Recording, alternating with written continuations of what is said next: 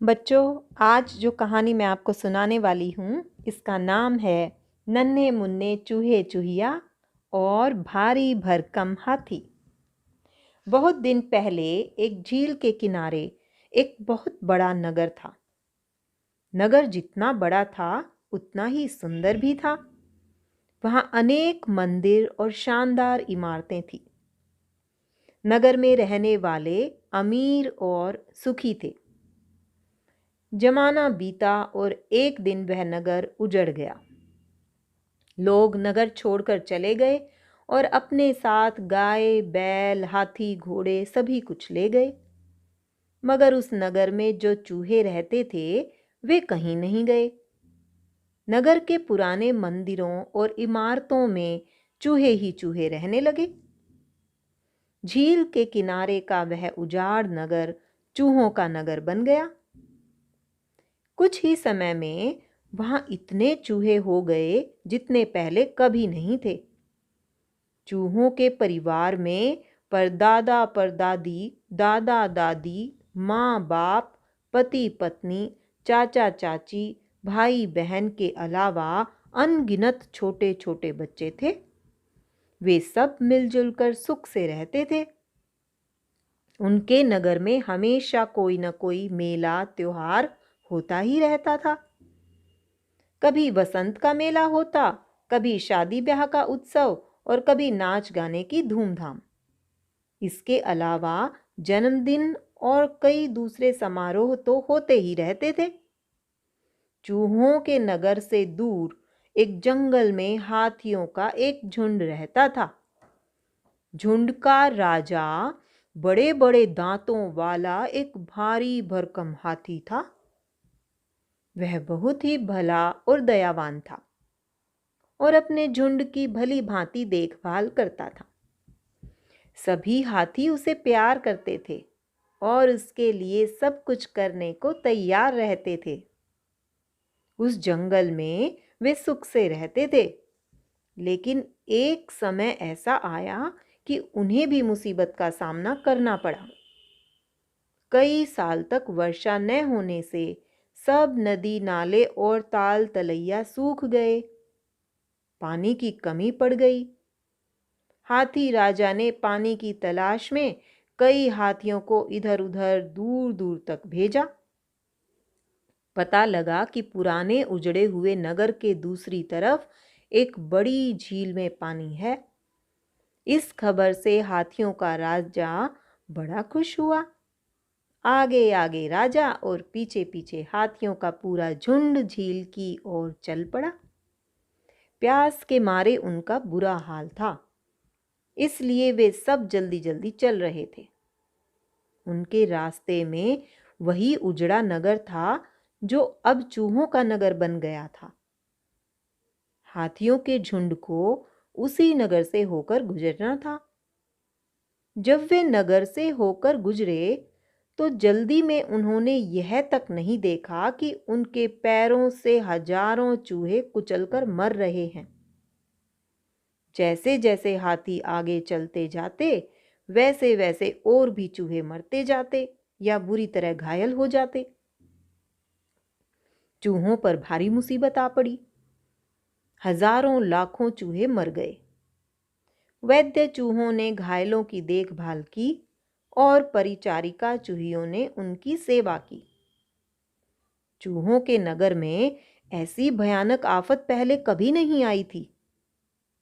इस आफत से बचने के लिए क्या उपाय किया जाए, इसके लिए चूहों ने एक सभा बुलाई।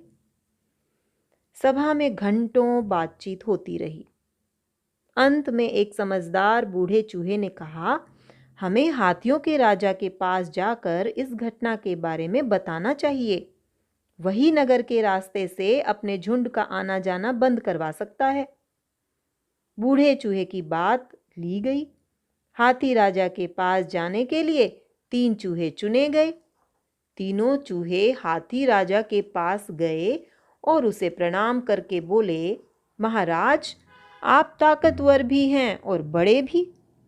जब आप और आपके साथी हाथी इस नगर से गुजरते हैं तो हमारा बहुत नुकसान हो जाता है। हम लोग बहुत ही असहाय और छोटे हैं।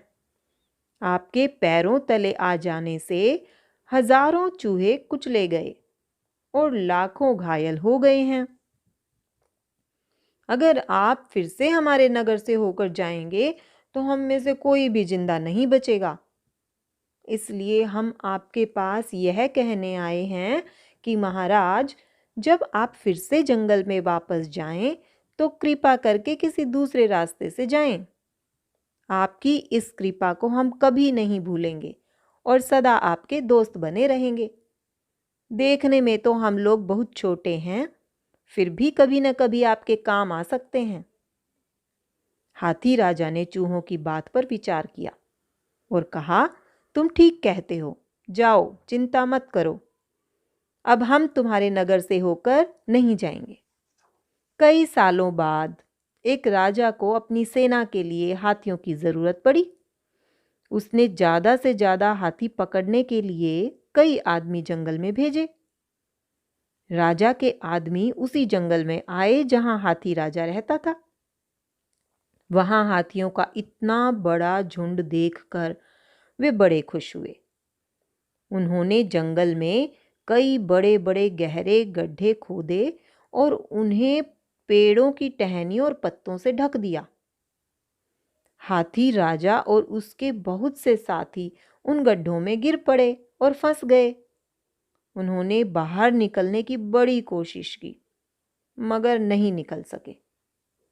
थोड़ी देर बाद राजा के आदमी कई पालतू हाथियों को लेकर आए। पालतू हाथियों ने बड़े बड़े मजबूत रस्सों की मदद से जंगली हाथियों को गड्ढों में से निकाला। फिर राजा के आदमियों ने उन्हें रस्सियों से मजबूती से बांध दिया। इसके बाद वे सारा हाल राजा को बताने राजमहल वापस चले गए। वे अपने संग पालतू हाथियों को भी ले गए। पेड़ों से बंधे जंगली हाथी परेशान और घबराए हुए थे। अपने झुंड के इतने सारे हाथियों को फंसा देखकर उनका राजा बहुत दुखी था। इस मुसीबत से छुटकारा कैसे हो, उसने सोचा, बहुत सोचा, पर कोई उपाय नहीं सूझा। तभी उसे उजड़े हुए नगर के चूहों की याद आ गई। उन चूहों ने एक बार कहा था कि कभी हम भी तुम्हारे काम आ सकते हैं। झुंड के कुछ हाथी गड्ढों में फंसने से बच गए थे। उनमें हाथी राजा की रानी भी थी। हाथी राजा ने अपनी रानी को आवाज लगाई। वह आई तो राजा ने उसे फौरन चूहों के नगर में जाने और उन्हें सारा हाल सुनाने को कहा। रानी तुरंत चूहों के नगर की ओर चल पड़ी। नगर में पहुंचकर उसने चूहों को पुकारा और उन्हें हाथियों के पकड़े जाने की खबर सुनाई। हाथियों की मुसीबत का हाल जानकर चूहे बहुत दुखी हुए। उन्होंने विश्वास दिलाया, अपने दोस्तों की सहायता के लिए हमसे जो भी बन पड़ेगा हम तुरंत करेंगे। और हजारों चूहे पंक्तियां बनाकर बंधे हुए हाथियों की ओर चल पड़े।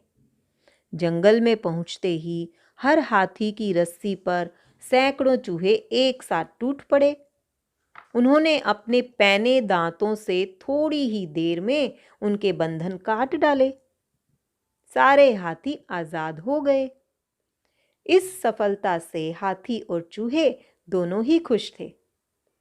हाथी राजा और रानी ने चूहों को धन्यवाद दिया।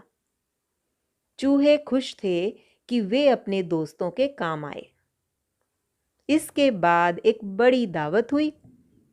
दावत में सारे चूहे और हाथी एक साथ खाने बैठे। चूहों ने कहा, आज तक हमने जितने उत्सव मनाए सबसे ज्यादा आनंद इसी उत्सव में आया, क्योंकि यह चूहों और हाथियों की दोस्ती का उत्सव है। उस दिन से चूहों और हाथियों की दोस्ती और गहरी हो गई। वे हिल मिलकर आनंद से रहने लगे। तो प्यारे बच्चों, ये कहानी यहाँ खत्म होती है। इस कहानी को सुनने के बाद आपको इस कहानी से क्या सीख मिली, आपने क्या शिक्षा ली, ये आप विचार करेंगे। धन्यवाद।